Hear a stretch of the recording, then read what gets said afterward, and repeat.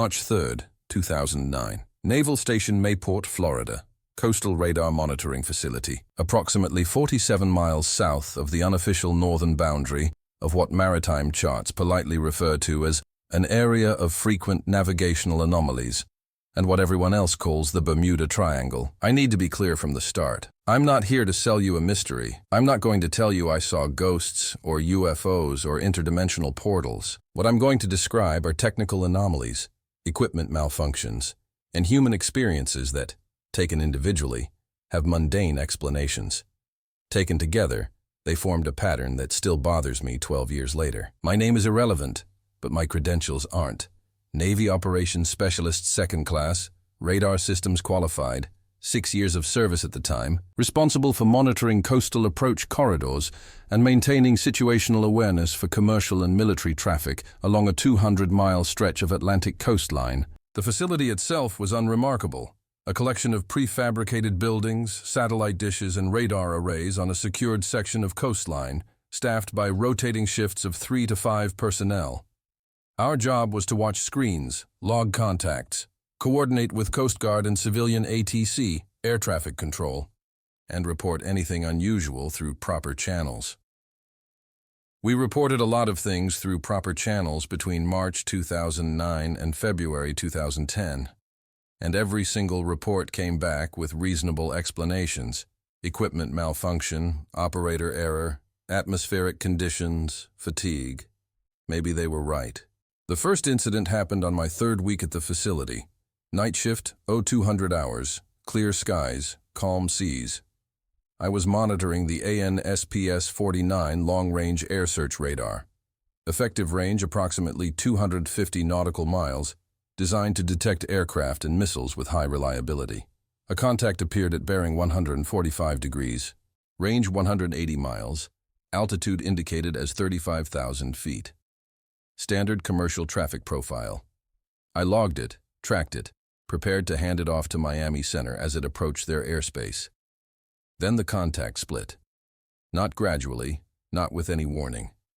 One radar return became 2. Separated by approximately 15 miles, both maintaining the same altitude, same speed, same heading, both showing identical transponder codes. I checked the system. No errors indicated.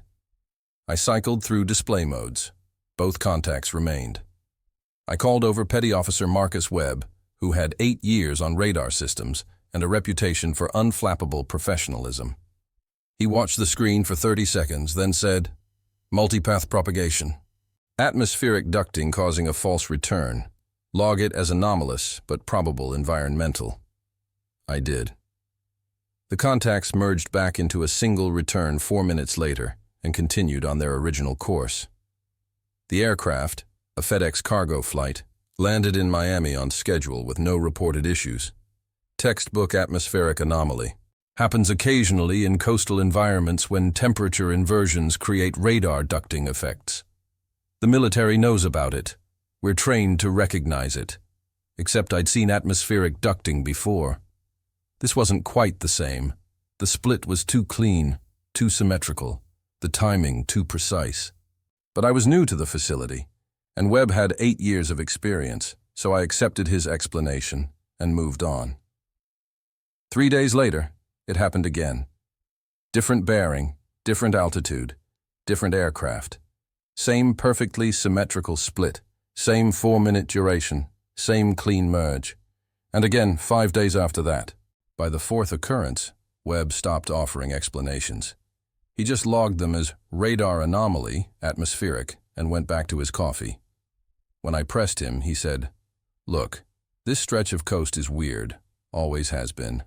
Temperature gradients, Gulf Stream currents, electromagnetic interference from the Cape. You log it, you report it, you don't lose sleep over it." But I noticed he started checking the civilian flight manifests more carefully after each incident, confirming the aircraft actually existed and landed safely, as if he needed to verify that the planes were real and not something else. The incidents escalated in April 14th, 2009, 14:30 hours. I was off duty, but in the facility catching up on administrative work when Petty Officer 3rd Class Jennifer Cow called me to the radar room. She was 23, graduated top of her class in radar systems training, sharp and detail-oriented to the point of being slightly annoying about it. "You need to see this," she said, and her voice had that quality, controlled, professional, but with an undercurrent of something that might have been concern or might have been confusion. On the screen, a contact at bearing 090 degrees, range 85 miles, altitude reading 0 feet. Stationary. Stationary radar contacts at sea level usually indicate ships. But ships move. Ocean currents, wind, engine drift. A vessel maintaining perfect position requires active dynamic positioning systems, and those are expensive systems used by drilling platforms or military vessels, not common in general maritime traffic. This contact hadn't moved in 40 minutes. "No AIS, automatic identification system, transponder," Cow said. "No radar beacon, it's just there, dead in the water." I checked the maritime chart. No platforms, no navigational hazards, no wrecks marked at that position. Deep water, approximately 600 fathoms. We contacted Coast Guard. They had nothing in that area. We asked if they could divert a helicopter to investigate. They said they'd add it to their patrol schedule, but couldn't justify immediate deployment for a possible radar ghost. The contact remained stationary for 6 hours and 17 minutes, then vanished between one sweep and the next. Not faded. Not drifted off screen, just gone, as cleanly as if someone had erased it. We filed a report. The response came back 3 days later. Probable false return caused by sea clutter and anomalous propagation conditions. No action required. Except the sea state that day was calm. Winds under 10 knots. Conditions were ideal for radar clarity. 2 weeks later, it happened again. Different position, same behavior. Stationary contact, no transponder, 6 hours duration, then instant disappearance. I started keeping a personal log, not official, just a notebook where I recorded dates, times, conditions, and my own observations. Not because I thought something supernatural was happening, but because I'm a scientist by training and temperament. Patterns deserve investigation. The pattern became harder to ignore in June. June 22, 2009, night shift. I was working with Petty Officer Webb and a new technician, Seaman Rodriguez, 19 years old and fresh from training. The kind of sailor who still thought radar duty would involve dramatic intercepts and maybe seeing something cool. At 2317 hours, we lost GPS, not degraded signal, not reduced accuracy, complete loss of satellite lock across all systems simultaneously. Our backup atomic clock kept local time running, but our geographic positioning went from sub-meter accuracy to nothing in the span of a single second. At the same moment, our magnetic compasses, we kept 3 in the facility as backup navigation references, began rotating slowly counterclockwise. I've done enough navigation training to know that compass deviation is real. Local magnetic anomalies, electrical interference, metal structures, all of these can affect compass readings. But 3 separate compasses in different parts of the facility, all rotating in sync? Webb went outside with a handheld GPS unit. He came back 2 minutes later, face carefully neutral. GPS works fine outside. Soon as I step through the door, signal drops to 0. We checked the building for electromagnetic interference. Nothing unusual. We contacted the base communications center. Their GPS was functioning normally. The anomaly lasted 14 minutes. GPS lock returned as suddenly as it had vanished. The compasses stopped rotating and slowly settled back toward magnetic north, though not quite to their original positions. Rodriguez asked the question we were all thinking. What the hell was that? Webb's answer was careful. Electromagnetic anomaly, probably lightning-related ionospheric disturbance, even though we didn't see any storms. We'll log it and let the technicians check the systems. The technicians found nothing wrong. Every system passed diagnostics. The official explanation was temporary satellite signal interruption due to atmospheric conditions. But I'd checked the ionospheric data. No disturbances, no solar activity, no storms within 500 miles. I noted in my personal log, simultaneous GPS failure and compass deviation, duration 14 Meniere clear skies, no apparent cause. What I didn't write, but thought, this is the third type of anomaly. Radar ghosts, stationary contacts, now navigation failures. Different systems, same location. The incidents began to cluster. July through October 2009 saw 17 documented radar anomalies, 5 periods of GPS disruption, 2 complete communication blackouts, despite clear weather and functioning equipment, and 1 incident that I still struggle to categorize. August 3, 2009, dawn shift. I was alone in the facility during the hour before the next watch arrived. Standard procedure. We maintained 24/7 coverage with overlapping shifts. At 0547 hours, I experienced what I can only describe as a perceptual discontinuity. I was reviewing the night logs. I glanced at the clock. 547. I looked back at the logs, read perhaps 2 paragraphs. Looked at the clock again. 547. I checked my watch. 547. I stood up, walked to the coffee maker in the next room, poured coffee, returned to my station, checked the atomic clock on the wall. 0547. My pulse was elevated. I felt a pressure in my chest, not pain, but a physical sensation like low-frequency sound you feel rather than hear. The air tasted metallic. The fluorescent lights seemed dimmer, though when I checked them later, they were functioning normally. I went to the window. Dawn was breaking over the Atlantic, light exactly as it should be for 0547 in early August. I stood there for what felt like several minutes, trying to shake the sensation that something was wrong, that time had stuttered or looped, or that I'd experienced a brief fugue state. When I finally looked at the clock again, 0549, 2 minutes, exactly consistent with the time I'd spent walking to the coffee room and back, plus standing at the window, except I would have sworn it was longer, much longer. I sat down, hands trembling slightly, and wrote in the official log, 0547, 0549, brief episode of disorientation, possible fatigue, no operational impact. In my personal notebook I wrote, time felt wrong, chest pressure, metallic taste. Check medical?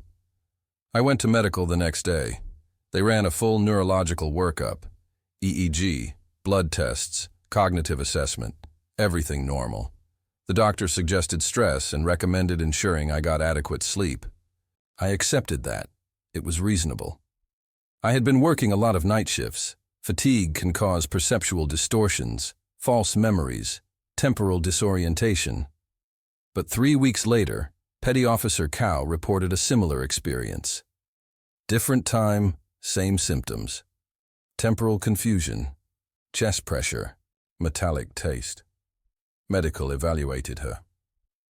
Same result, no abnormalities detected. Webb, when I carefully mentioned this to him, went very quiet. Then he said, I had something like that in June. Felt like I lost about 10 minutes. Couldn't account for the time. Figured I'd zoned out. 3 personnel. Separate incidents, identical symptoms. Still explainable as stress, fatigue, coincidence. The human mind is fallible.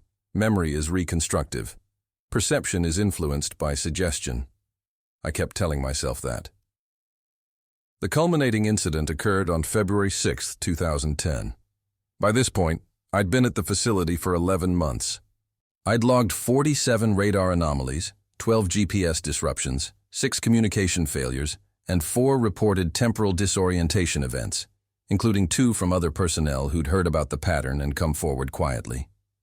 Every incident had been investigated. Every incident had been explained through conventional means. Equipment tolerances, environmental factors, human error, psychological stress. The explanations were reasonable. I wanted to believe them.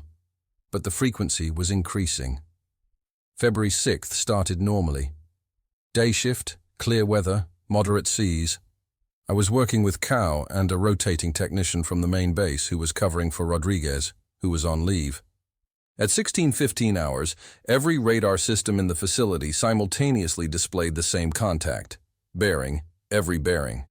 The contact appeared at all 360 degrees simultaneously. Range, 12 miles precisely. Altitude, the reading was unstable, cycling from sea level to 60,000 feet and back in a regular pattern, like a sine wave. Size. The radar return indicated something massive, larger than any aircraft, larger than any ship we'd ever tracked. The computer was struggling to calculate a precise size because the return was so strong it was saturating multiple receivers. Cal pulled up the visual display. That's not possible. That's literally not possible. It's surrounding us. The technician started running diagnostics. Systems are functional. No errors. I'm seeing the same thing on backup arrays. I went outside. The sky was blue, a few scattered clouds, seabirds, the distant sound of waves. Nothing unusual. I looked up anyway, scanning the horizon in all directions, and I saw something, not clearly, not definitively. But there was a quality to the air, a shimmer, a distortion, like heat haze but more structured. It formed a dome or cylinder around the facility, visible only at certain angles, only when the light hit it in specific ways. I moved my head. The distortion moved with my perspective, always at the edge of clear vision, never quite coming into focus. I felt the chest pressure again, the metallic taste, and something new, a low-frequency hum that I felt in my bones more than heard with my ears.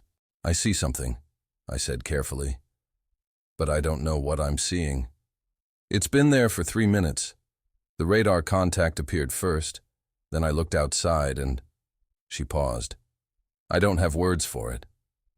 We stood there, 2 trained military personnel staring at something we couldn't properly perceive, couldn't categorize, couldn't explain. The technician called from inside. Contact is fading. Whatever it was, it's dissipating. Over the next 2 minutes, the radar returns decreased in strength. The all-bearing contact collapsed to a single point, then vanished. The shimmer in the air faded with it. The chest pressure eased. The metallic taste receded. The hum stopped. We filed a report. This time, the response was different. 2 officers from Naval Air Systems Command arrived the next day. They interviewed us separately, reviewed our logs, examined our equipment. They were professional, thorough, and completely unrevealing about their conclusions. 1 week later, we received new orders. Cow was transferred to San Diego. Webb was reassigned to a training command in Virginia. I was moved to a desk position at the main base. The facility continued operations with new personnel. As far as I know, they experienced nothing unusual, or if they did, they didn't report it. I spent the remaining 18 months of my enlistment processing requisitions and updating databases. I didn't ask questions. I didn't push for explanations. I accepted my transfer, my new duties, and the implicit message, drop it. I got out in 2011 and went to graduate school for electrical engineering. I'm now a civilian contractor working on radar systems development. Different systems, different locations, different life. But I still think about those 11 months. Here's what I know for certain. The equipment functioned correctly. Multiple independent systems, radar, GPS, communications, chronometers, experienced simultaneous anomalies that should have been statistically unlikely if they were truly independent failures. The atmospheric conditions during most incidents were benign. Clear skies, calm seas, no storms, no unusual ionospheric activity. Multiple trained personnel experienced similar perceptual anomalies, temporal disorientation, physical sensations, visual distortions that resisted easy psychological explanation. The final incident was witnessed by 3 people and recorded by multiple sensor systems. And yet, every official explanation was mundane. Equipment tolerance stack-up, environmental edge cases, human factors. Stress and fatigue. Those explanations aren't wrong. They're possible. Equipment does malfunction. Atmospheres do create weird propagation effects. Humans do experience perceptual errors under stress. What bothers me is the pattern. If the incidents were truly random, you'd expect variation in the types of failures. the affected systems, the timing. But they followed a progression. Radar anomalies first, then navigation failures, then communication blackouts, then perceptual distortions, all building to the final all-encompassing event. That progression suggests either A, a systematic degradation of the facility's systems that technicians somehow failed to detect despite multiple inspections, or B, an external factor affecting multiple independent systems in an escalating pattern. I don't know which explanation is correct. I've read the literature on the Bermuda Triangle. Most of it is sensationalist garbage, invented disappearances, exaggerated mysteries, pseudo-scientific speculation. The actual data, when properly analyzed, shows that the area's maritime and aviation incident rates aren't statistically higher than any other heavily trafficked region. But buried in the noise are some interesting signal patterns. Documented compass deviations in the area, attributed to the fact that magnetic north and true north align along the agonic line that passes through the triangle, creating unusual navigational challenges.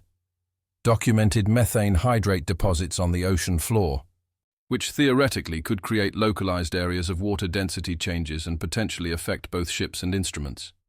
Documented atmospheric phenomena including sudden microbursts and unusual electrical activity.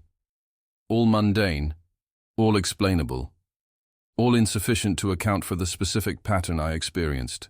Unless the combination of factors, magnetic anomalies, undersea geological activity, atmospheric conditions, and possibly something we don't yet understand about electromagnetic propagation in that specific region, creates intermittent effects that we can't currently predict or model. That's not supernatural. That's just complicated physics we haven't mapped yet. In 2014, I attended a conference on advanced radar systems. During a break, I struck up a conversation with a former Coast Guard officer who'd worked search and rescue in the Caribbean for 15 years. When I mentioned I'd been stationed at Mayport, he got a funny look. "You ever see anything weird down there?" I kept my answer vague. "Define weird." He lowered his voice. "I pulled bodies out of the water for 15 years. You see enough, you start noticing patterns. And there's a thing that happens sometimes. Recovered sailors, recovered pilots, even some survivors. They talk about time feeling wrong, about compasses spinning, about seeing things in the sky or on the water that don't photograph right." "What do you think it was?" I asked. He shrugged. "I think the ocean's big and we're small. I think there are probably 100 factors we don't measure because we don't know to look for them. Underwater currents, magnetic fields, atmospheric chemistry, whatever. I think people experience something real and we just don't have the tools to explain it yet. Not aliens or ghosts." He laughed. "Hell no, just science we haven't done yet. But that doesn't make it less real or less strange." I think about that conversation a lot. Because here's the thing. I don't believe in the supernatural. I don't believe in interdimensional portals or alien abductions or ghost ships. I believe in physics, chemistry, and biology. We just don't understand all of it yet. But I also believe my own experiences. I saw what I saw. The instruments recorded what they recorded.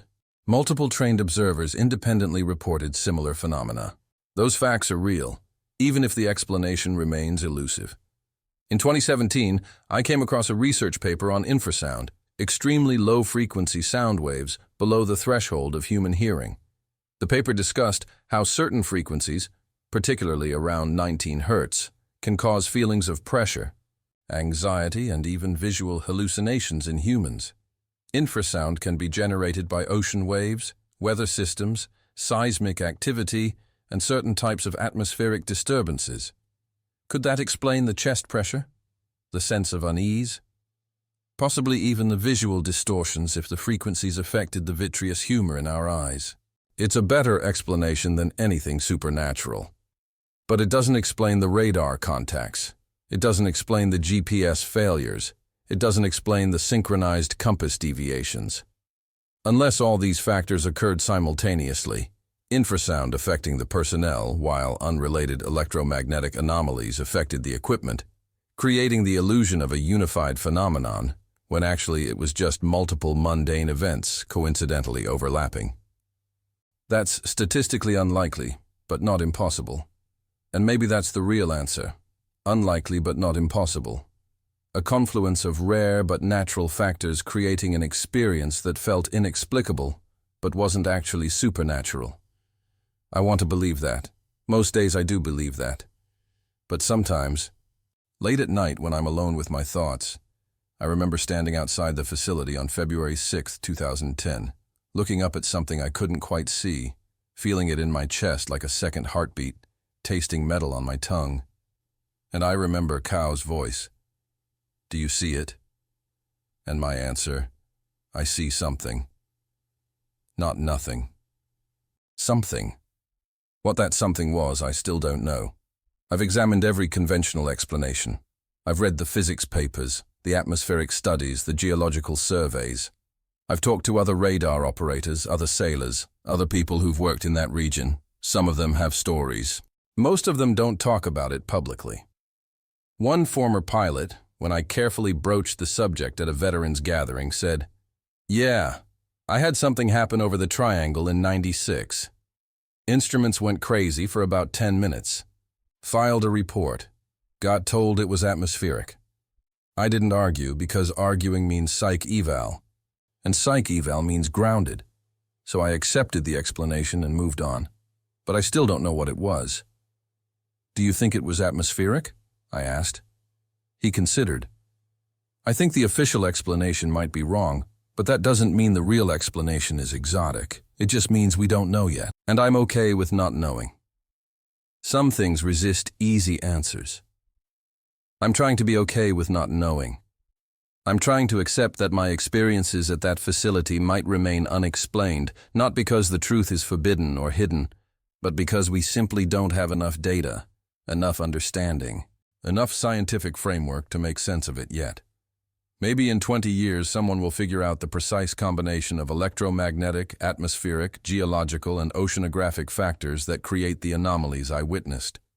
Maybe they'll publish a paper explaining exactly why radar systems in that specific location sometimes show impossible contacts. Why GPS fails, why compasses deviate, why people experience temporal disorientation. And maybe that explanation will be completely mundane. Just complex physics interacting in ways we didn't anticipate. Or maybe we'll never figure it out. Maybe the data is too sparse, the incidents too infrequent, the variables too numerous. Science has limits. Not because reality is unknowable, but because science is a human enterprise and humans have constraints. Limited time, limited resources, limited attention. We can't investigate every anomaly. We can't fund research into every strange occurrence. We have to prioritize, and weird radar glitches at a minor coastal facility don't rank high compared to climate change, disease, and the other pressing challenges facing humanity. I understand that. I accept that. But it doesn't stop me from wondering. Last year, I was consulting on a coastal radar installation in the Pacific. During a break, I was reviewing system logs and noticed a familiar pattern. Intermittent false contacts, periodic GPS disruptions, unexplained communication interference. The technicians had logged it as equipment issues. They'd replaced components, updated software, recalibrated systems. The anomalies persisted. I asked them if they'd noticed any pattern to the incidents. One of them pulled up a spreadsheet. "Yeah, actually. They cluster around certain tidal cycles and atmospheric pressure ranges. We thought it might be related to seawater intrusion affecting ground-level electronics. But the facility is well sealed and we've checked for moisture. Nothing." I looked at the data. The pattern was similar, not identical, but similar, to what I'd experienced in 2009-2010. "Have you filed this with the research division?" I asked. "We did. They said it's within acceptable operational parameters and probably related to local environmental factors. Not worth a detailed investigation." "Have any of the operators reported unusual experiences? Temporal disorientation? Physical sensations? Anything like that?" The technician hesitated. "One guy mentioned feeling weird during a couple of the incidents. We sent him to medical. They cleared him. Why? Just curious, I said. I saw something similar at a different facility once. It resolved on its own. Which was true. The incidents at Mayport had stopped, or at least I assume they stopped, since the facility continued operations and I never heard anything further. But I wonder if they really stopped, or if they just stopped being reported. I wonder how many radar operators, how many sailors, how many pilots have experienced similar things and accepted the official explanations, because accepting them is easier than living with uncertainty. I wonder how many personal notebooks exist, hidden in drawers and filing cabinets, documenting anomalies that don't fit the standard models. I wonder if the pattern is bigger than I realized, if it's not just the Bermuda Triangle, but dozens or hundreds of specific locations around the world, where the right combination of factors creates intermittent weirdness that we can't quite explain. Not supernatural, just complex. Not unexplainable, just unexplained. There's a difference, and it matters. Unexplainable implies that reality violates its own rules, that something impossible is happening. Unexplained just means we haven't figured it out yet. We will eventually, if we put in the effort and the resources. Or we won't, and we'll have to live with the ambiguity. I'm not comfortable with ambiguity. I'm an engineer. I like clear answers, definitive solutions, problems that can be solved with enough analysis and computation. But the universe doesn't owe me clarity. Reality is under no obligation to be comprehensible to human minds operating with limited data and imperfect instruments. So I live with the question marks. I teach radar systems to new engineers, and sometimes I mention that edge cases exist, situations where multiple factors combine in unexpected ways to create results that seem impossible, but are actually just improbable. I don't tell them about Mayport. I don't tell them about the stationary contacts or the spinning compasses or the shimmer in the air, but I teach them to trust their instruments while also understanding their limitations, to file detailed reports, to not dismiss anomalies just because they're inconvenient or don't fit existing models, because that's how science progresses. Someone sees something weird, documents it carefully, and eventually someone else connects the dots. Maybe one of my students will be the one who figures it out. Maybe they'll develop better sensors, better models, better frameworks for understanding the electromagnetic and atmospheric complexity that creates these phenomena. Maybe they'll read a paper someday, Intermittent Radar Anomalies in Coastal Environments, a unified model, and say, oh, that's what my professor was hinting at. Or maybe they'll experience it themselves and go through the same cycle I did. Confusion, investigation, official explanation, private doubt, eventual acceptance of uncertainty. Either way, I hope they handle it better than I did. Because here's what I learned from those 11 months. The hardest part wasn't the anomalies themselves. It was the isolation. The sense that I was seeing something real but being told it was nothing. The feeling that reality was more complex than the official narrative acknowledged. That kind of cognitive dissonance is corrosive. It makes you doubt yourself, your perceptions, your sanity. And the only way to maintain equilibrium is to hold two thoughts simultaneously. I experienced something real, and I don't know what it was. Both statements can be true. Both statements should be true. I experienced something real. Multiple trained observers experienced something real. The instruments recorded something real. And I don't know what it was. Maybe it was a confluence of rare environmental factors. Maybe it was equipment operating at the edge of design tolerances. Maybe it was human perception being fooled by circumstances we don't fully understand. Maybe it was all of those things combined. Or maybe it was something else entirely, something we don't have names for yet. Something that requires new physics or new models or new ways of thinking about how reality works in edge cases. I don't know. And 12 years later, I'm finally okay with not knowing. Because the alternative, insisting on certainty when certainty isn't available, leads to either blind acceptance of official narratives or descent into conspiracy thinking. Both are traps. The truth is usually more nuanced. Something happened, we don't fully understand it, The official explanation is probably incomplete, but not necessarily wrong, and more investigation would be useful, but isn't currently feasible. That's not satisfying. It doesn't make for a good story. It doesn't provide closure, but it's honest, and honesty in the end is all I have to offer.